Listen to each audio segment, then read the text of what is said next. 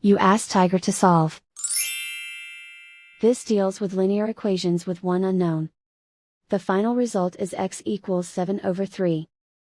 Let's solve it step by step. Group all x terms on the left side of the equation. Subtract 3x from both sides.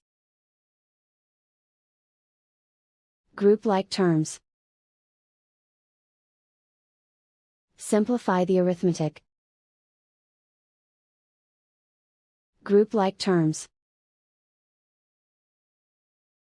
Simplify the arithmetic. Group all constants on the right side of the equation. Subtract 3 from both sides. Simplify the arithmetic.